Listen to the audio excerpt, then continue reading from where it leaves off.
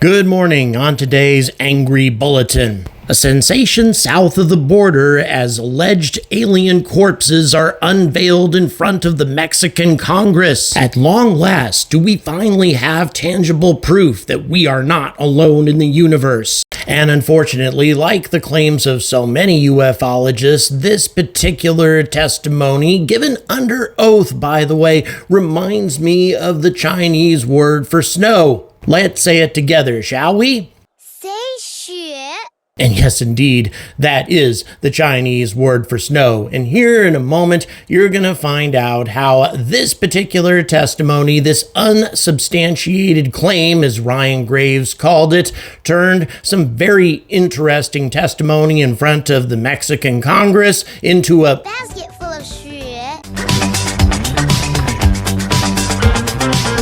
Good morning. Once again, welcome to the Angry Astronaut. Need to ask you guys for a favor real quick before I go any further. I released a video yesterday kicking off my UFO CIA files. I'd ask you guys to please tune into that, first of all, because I'm looking to get 4,000 likes on the video before I create any more on that particular topic, but also because my first major sponsor on this channel, first major sponsor ever, chose to sponsor that particular video. And interestingly enough, to help my channel out, you don't actually have to buy what they're selling. You just need to watch the ad. That's it, and it helps my channel. Okay, enough self-promotion. Let's talk about the testimony in front of the Mexican Congress and how this has set UAP research back a long ways as far as credibility is concerned. 8, 9, 10, 11, contando toda la... Ay, 2, 4, 6, 8, 10, 11.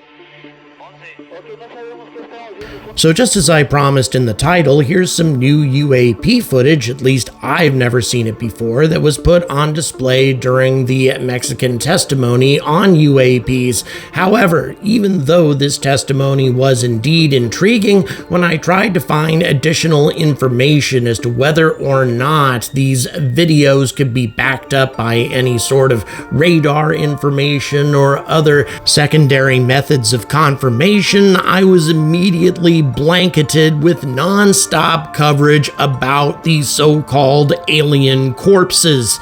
And if anybody spent any time looking into these things and what they actually were, we shouldn't have seen nearly so much frenzied media coverage, because these things have been around since 2017 and were convincingly debunked 2 years ago by a YouTube channel of all things. In a 2021 documentary, Alexander Sokolov from the Scientists Against Myths YouTube vlog assembled a team of experts to examine the bone structure of these little aliens, and what they discovered was disappointing to say the least, and actually a bit aggravating. This whole thing, by the way, has me extremely angry. What they found is that the bodies were made of a hodgepodge of human and animal bones. One of the aliens, called Josephine, was found to have a femur where her humerus should be, and although one of her thigh bones was actually a femur, it had been placed upside down where it could not have aligned with the hip joint.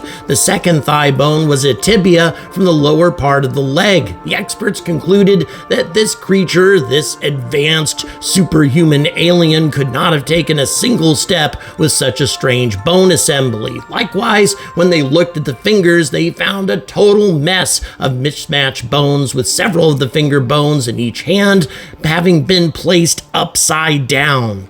And when Sokolov had a closer look at the cranium, he had the following to say, quote, "Comparison shows that the reptilioids," I guess that's what they were calling them back then, "cranial cavity fits perfectly into the skull cavity of a llama. The location of the olfactory bulbs, the inner ear, the brain hemispheres, and the little brain precisely matches those in a llama skull." And by the way, this is nothing new. Cryptozoologists have been creating things like this since the 19th century. As you can see here, strange, bizarre animals that definitely never existed have been patched together from a variety of other animals to create sort of convincing looking corpses that turn out to be nothing more than elaborate frauds. What I find to be the most disgusting is the fact that the Mexican Congress allowed these desiccated atrocities to be paraded in front of cameras and therefore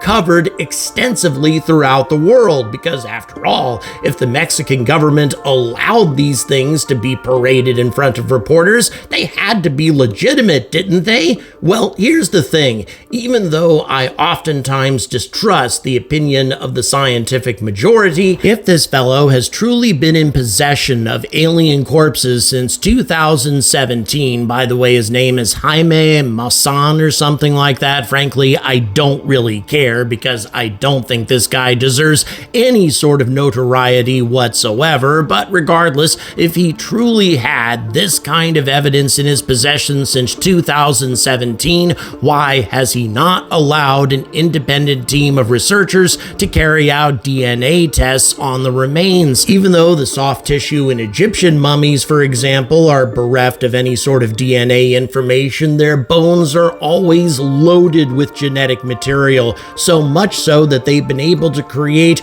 realistic reproductions of what these people probably look like before they were mummified. A simple DNA test on the bones, no more complicated than the sorts of tests that they perform on baby daddies all the time on talk shows, would be able to reveal the validity of all of these claims in the space of just a few days, or perhaps even less than that. And yet, in 6 years, no such tests have been carried out. And by the way, this whole unveiling, this whole surprise moment during these testimonies came as a deep and unpleasant shock to Ryan Graves, who was in attendance giving his testimony on his experiences with UAPs. And after this comical farce was completed, he tweeted the following, quote, "After the U.S. Congressional UFO hearing, I accepted an invitation to testify before the Mexican Congress, hoping to keep up the momentum